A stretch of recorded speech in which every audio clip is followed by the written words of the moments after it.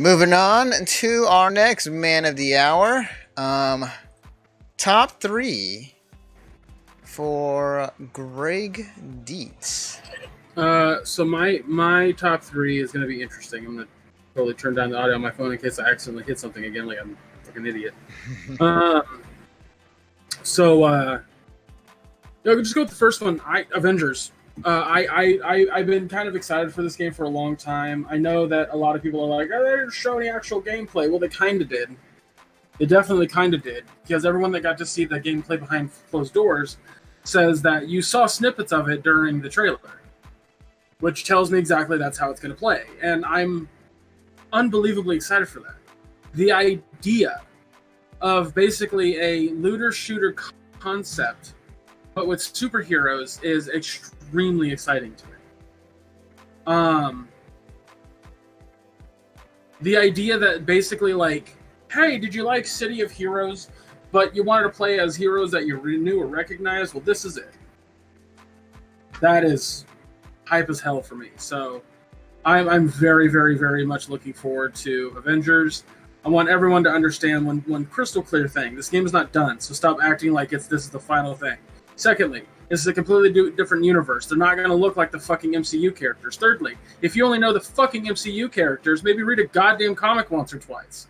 Because every goddamn comic fan out there was not thrown for a second by how the design of how they looked, because they have a very similar style as to every other fucking version of them. Fucking Christ. Okay. Now that I got that fucking out of the way, I'm excited for it. They announced that Taskmaster is the main baddie, I guess, in the first year of the game. Every piece of DLC, including characters and story stuff, is all going to be free, which does tell me that it's probably going to have some kind of microtransaction in terms of skins. Or like, hey, here's this, do you want to look like Captain America from the 1960s TV show? Here you go. Which I'm okay with. I'm totally fine with. Like, if I have to pay for those, so what? As long as, like, everything else, that kind of microtransaction situation I love. Like, you're giving me free content while, having borderline completely unnecessary fucking yeah, there you go. I want to bowl around Captain America's head. Sorry for everyone listening. What Valaire said was, give us Avengers skins, not Marvel's Avengers, but the British TV show The Avengers. I'm excited. Like, I love, one of my favorite things being a superhero fan for so long is that you can change these character stories and do different things with them because they're so fictional, but they have such wide range of possibilities. And the clips of stuff that you see within it, like Iron Man in some fucking, like, Future Foundation white suit in space? What the fuck was that? I want more of that. Mm-hmm. I'm very excited about it. It looks fucking rad. And yeah, so that's that. The second thing I want to talk about is that the EA Play thing, they actually showed gameplay for Jedi Fallen Order. And I've been hyped for this game for a hot minute, and I'm so fucking happy that they showed like 15 minutes of gameplay. It reminded me, the way that it felt, or the way that it looked, very much reminded me of, I guess, the parkour that you would experience from a Tomb Raider game, the new Tomb Raider games.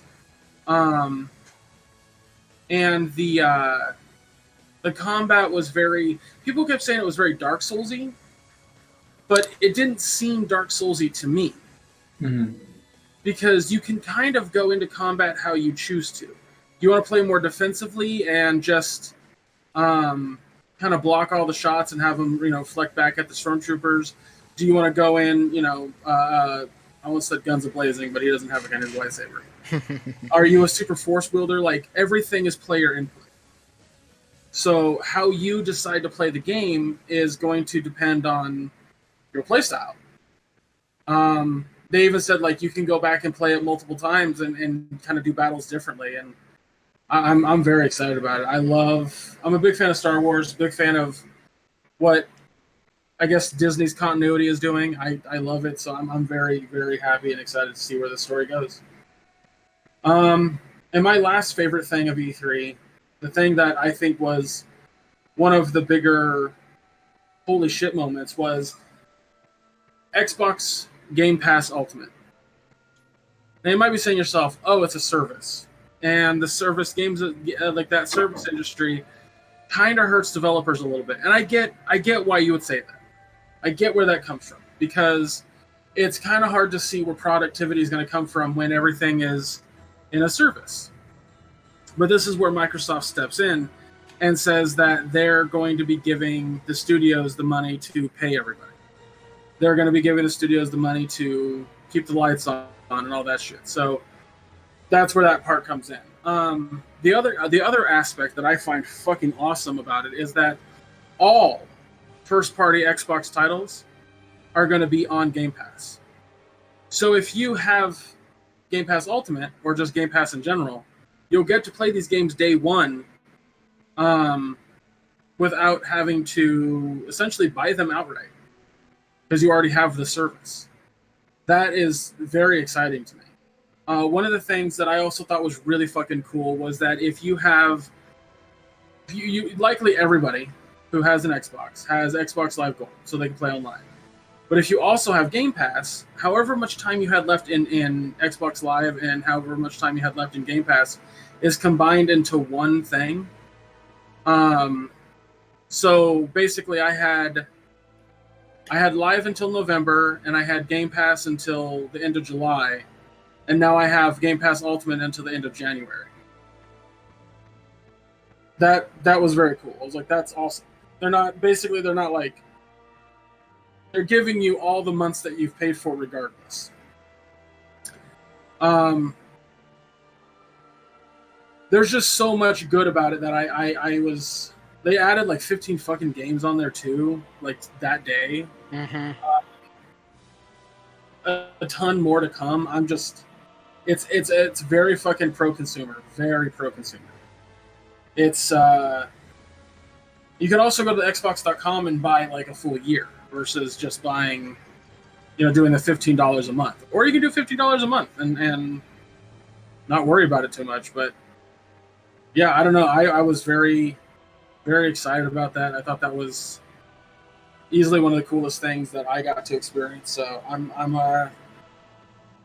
not much more to say about that. Not much more to say about that. I'm just happy that that's a thing that they're doing. It's arguably $15 a month is significantly cheaper than $60 a month for one game. Agreed. I like to hop on that, and actually, I actually bought the PC Game Pass with that they announced not too long ago in the past couple of days, and I installed it last night. Checked out what they had in the library, and they had a pretty good amount of games just out the bat.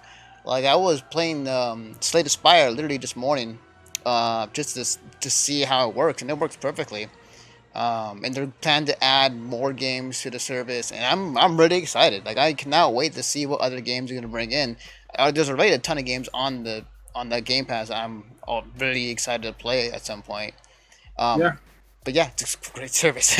I can't argue with anybody about it. It's a really good fucking service. I mean, it's really funny because Ubisoft was like, we have our service, and Google Stadia is like, we do too. But the only one that I thought was worth my time was Game Pass. Like, Stadia doesn't give me anything in terms of, like, Stadia is something for someone like me. I'll say that outright. I don't play a lot. Like, I don't want to buy games. I just want to play games. That's really fucking bad for somebody who's pro fucking developer. But